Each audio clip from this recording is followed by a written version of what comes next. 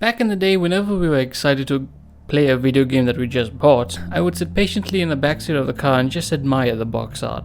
When I was bored of looking at the box art, I would turn the cover around and look at the gameplay pictures and read the little summaries that were there and just imagine all the fun I was going to have while playing the game.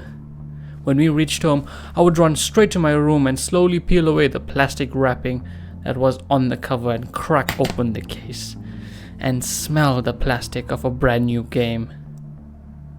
And of course, let's not forget, how could I not help but admire the disc art? Well, unless you got the PS2 Platinum version of a game, in which case you're quickly reminded of how really disturbing you look.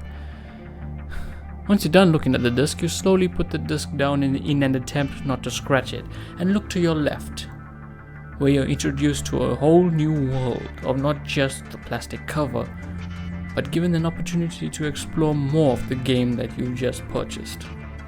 Not only the controls, instructions, and on the game's mechanics and warnings, but the additional value that elevates the game's story. The manuals provided us with an insight on each character as well as the enemies that you go up against, depending on the game. For example, God of War 2005. The game's manual provides us with information on the journey that we are about to go on, as well as gives us information on the beasts we are about to face. They also give us a bio on each of the main characters in the game and to familiarize us with who and what they are. I mean, sure, you could fire up the God of War wiki today to get that information, but back then, it was everything. The Tekken manuals. They introduced the characters as well as gave us the reason as to why they're entering the competition. Not to mention who their enemies are, and provides us with some of their combo moves as well. The Grand Theft Auto manuals. All the manuals of these games until Grand Theft Auto 4 and episodes from Liberty City were presented to us as in-game magazines, newspapers, and city guidebooks, not only providing us with the obvious information, but presenting them as part of the commercials. For example, the Grand Theft Auto San Andreas manual. It was a fun way to learn more about the game's environment while learning certain controls without actually playing the game. And let's not forget that the fact that they added the music lineups of each radio station, of every song that was licensed in each of the games. This actually made the games feel more alive. After seeing what was done with Grand Theft Auto 4 and episodes from Liberty City, my expectation for a manual in GTA 5 was extremely high, until I finally got it. And it's just this. To be quite fair, not every game manual was this detailed and only featured a small prologue to the game story and then the basic instructions on the game. Not only were manuals for the games itself, but it was also a brilliant way to market different games from the same publisher.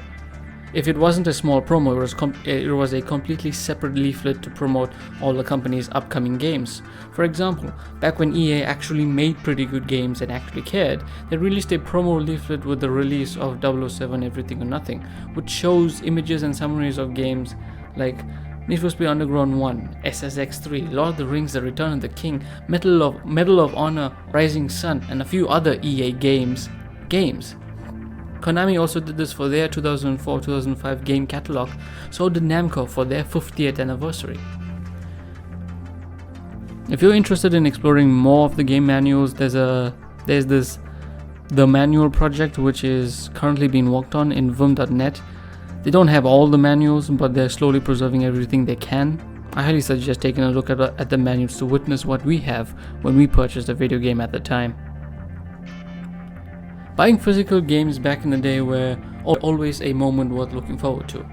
If you didn't have internet back then, you'd hear of new games either from your friends at school, you bought the latest game magazines, which were the game magazines in South Africa were NAG magazine. I mean, they no longer make magazines because they went all digital, but you can still view every single issue that they've made in their website. But recently I checked, they do make annual runs. Anyway, back to what I was saying. Yeah, you bought the magazines, you walked past the local video game store, or you watched The Verge or some other gaming TV show in South Africa. Now, The Verge is not related to The Verge. I mean, they both deal with the same things, both with tech and video games, but they're completely separate. One's a TV show, one isn't. Anyway, and once you bought the physical copy of the game, that was it. What you got is what you got. There were no online updates if something was broken in game to fix it. You didn't even need an internet connection to use the game in the first place. Connecting to the internet was absolutely optional. You either had it or you didn't. Once you had the game in your hand, it was yours to do as you pleased. It didn't matter what the developers thought. You bought the copy and it's yours. Nothing was stopping you from playing the game the way you wanted to. I mean, besides for console exclusives. When you were done with the game, you would do one of three things. You would either keep it in your cupboard and let it collect dust for the next 20 plus years, go to a store that allowed you to sell or trade, or you lend or trade with your friends if you're allowed to.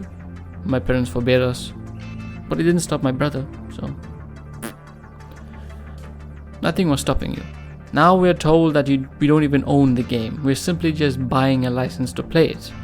We're told that subscription services are the way to go when looking for a game. I mean, Game Pass is kinda cool, but what happens when you stop paying?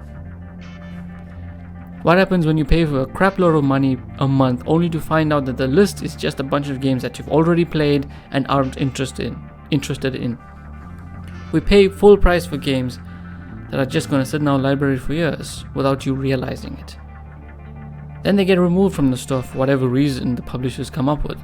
Let's not forget all the other stores and launches needed to play these games. Oh my god, it's so frustrating. With physical games, you could do what I've mentioned previously, and yes, it would also sit in your library without you even realizing it.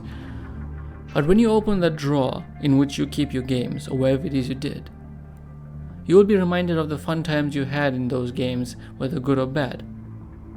Then you're given one of two choices. 1. Look at the games, reminiscing on the times you had playing the game, whether good or bad. Or 2. Reminiscing on the times you had playing the games by replaying the game and creating new memories.